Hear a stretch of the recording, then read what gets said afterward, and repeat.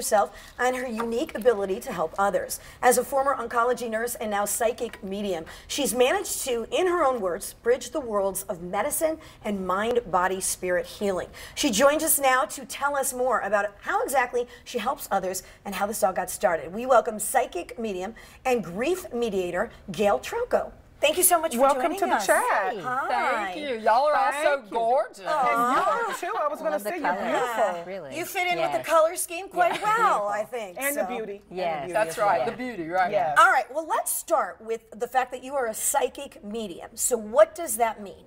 A psychic medium means I'm a psychic as well as a medium. Psychics are psychic, but mediums are both. I am the communicator and the bridge between the spirit world and communicating to people here on the earth plane. So you you feel or you hear, you know, from the other world, people have passed on, you hear and you communicate with them. I communicate with them. Spirit communicates to me as a medium through symbols. I interpret the symbols. Sometimes I hear the voice. I see spirit. I'm an evidential medium, so I provide evidence to people that come to me for a reading that only that spirit would know things things that happened in their life, objects they had in their home, events that happened, when their birthday is, maybe what their house number was. So that validates for those family members that that person is alive and well on the other side. Okay, so I'm going to get in your business for just a moment because I just need to know. So you're this successful, fabulous oncology nurse for a number of years. I still am. Okay, and you still are, but you're also doing this. How did this happen? I was born with a gift to see spirit and to hear very much the angelic realm.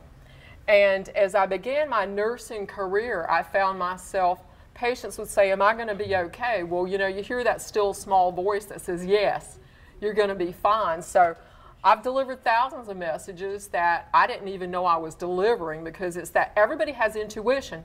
So I would just give that message. When it came, I would say, yes, you're going to be fine. And the patients were better, so I never turned it off. You know, I just left it on. And it has brought so much healing and has changed me in so many ways. I'm 60. You're I call 60? it sixtastic. Wow. Oh, wow, you look great. I call it sixtastic. So it has brought me on the journey where I am today, which I'm changing everything that I do over the next 6 months. How old were you when you realized you had this gift? I was 4 and 5, and growing up in the deep South, we would go take care of cleaning off the graveyard every Sunday after church. You know, my family. That's some Southern stuff right there. That is just the old South. Well, there was a little girl always in the graveyard with this blonde hair and this blue dress on, so I would play with her, running behind the headstones and that kind of thing, while everybody was mowing the grass and putting flowers in the coffee cans and putting them down in the ground again. I didn't know she was dead, but she had the same dress on every Sunday. I did too, because from a very rural farm family. Well, by the time I was 6 or 7, I overheard some of my relatives talking and realized that it was their daughter, and that was where she was buried. So eventually I found her stone that was above the ground, and it was Bonnie. And when you told people this, what did they say? Oh, they were skeptics, but it was funny when I told my cousins that it was their daughter, what she was buried in. And I said, she had long blonde hair, and it was in ringlets, and she died before I was born.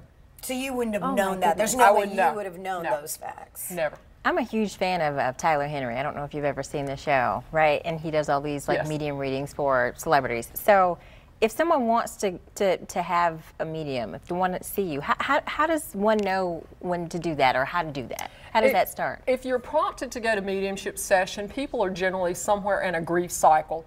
And there is information that you're wanting to know. It may even be 10 years later, and it may just be even simple questions. And you know, one thing about spirit is they very much are like they were on the other side, like they were here in this life. If your dad was not good with money now, he's not the man to help you with your tax deductions, because he's not going to be able to give you that advice from the other side.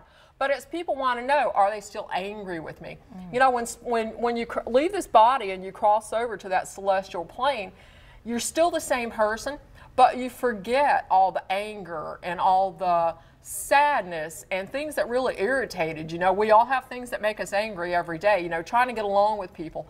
And so those messages that spirit brings back are, I forgive you, or, you know, please forgive me, you know, for my shortcomings in this life. But, you know, there is a lot of criticism of people who do what you do. And a lot of it is like, well, you use a type of questioning that, you know, you could fake it. really easily if you're doing a reading, you know, and they'll watch some famous mediums and go, oh, right there, they're fishing and da-da-da. So if someone were to do this or had an interest in getting a reading, what are the tips that you might give them so that they really come out of it either feeling like that person really did communicate or, you know, so they're not getting scammed?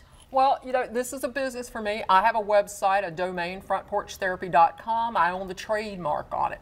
I have testimonials on my website for clients that I've done readings for. It doesn't just say Edward G. It will give that person's first name and their last name. You can find these people on social media. Who have I studied with? I've got a list on my website of mediums that I've taken classes with to validate and develop my skills as a medium. And you know, generally word of mouth referrals about mediums, and there are many good mediums in the United States. You don't have to find a medium that's on television to book a reading with.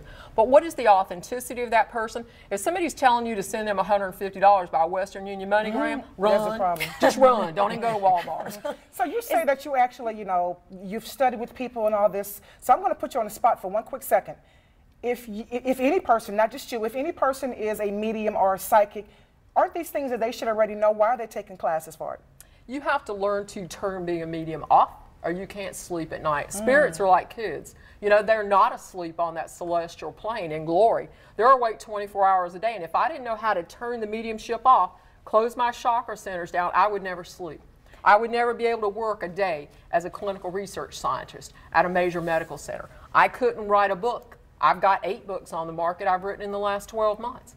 Is there anything that you can tell us about death and dying in the process, though? Like, I just lost my grandmother, and so it's really tough for me on the side because I just lost her on Saturday. And we had our kind of ritual of opening the window to make sure that the spirit could go out as she was passing. Is there anything that you can tell us that can give us solace in death and dying? There is, I can tell you and confirm for you, there is life on the other side.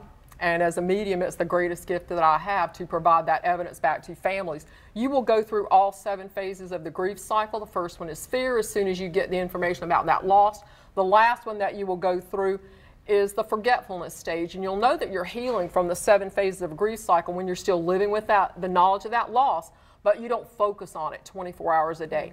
People will be angry, they'll be depressed, they're going to, you know, they'll begin to accept it, but you will go through, especially the anger and denial and depression phase of a grief cycle. They may go through that several times clinically. If it lasts longer than about 90 days, they should be evaluated by their family physician, a psychiatrist. Bereavement counselors are great. Lots of churches have something called grief share groups that meet on Wednesday nights. I noticed when we first came out here and Tony was introing you, and even now you're kind of sitting with your hands up. Why? I'm open to receiving information from the other side. Even though it's not mediumship information, I'm very much guided and in touch with the other side. Even while you're sitting here? Yes. Are you getting anything? Oh, I'm not here to do a reading. So. Oh, I know you're not here to do it, but you said you're opening yourself up to do it. So that means to make sure that I'm delivering messages for people to hear, because it's so important for people to know, yes, there's life after death, but your loved ones are alive and well on the other side. And there's a message out there for everybody, even you, Henny. Wow. Can you repeat the comment that I made to you earlier when you said, we gotta go, unfortunately. You're going to be converted. Thank you so much, Gail. Unfortunately, we got to go. Thank you so much for joining us. For more information on Gail and her services, visit frontporchtherapy.com. All right, after the break, a look at what's hot in Hollywood. I got celeb gossip coming up next. Lighthouse Christian School is proud to sponsor the best students